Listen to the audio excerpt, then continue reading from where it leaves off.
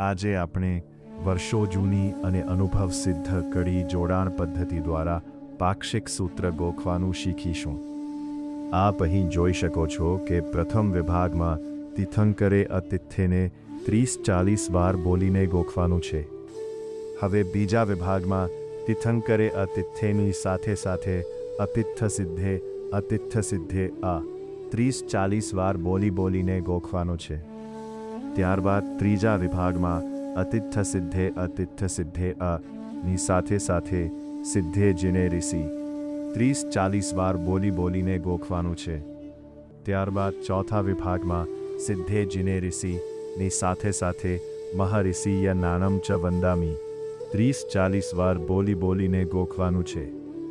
એ જ પ્રમાણે પાંચમા વિભાગમાં મહર્ષિ નાનમ ચ વંદામી ની સાથે સાથે નીચેનું પદ જે અ ઇમમ ગુણરયણ 30-40 વાર બોલીને ગોખવાનું છે.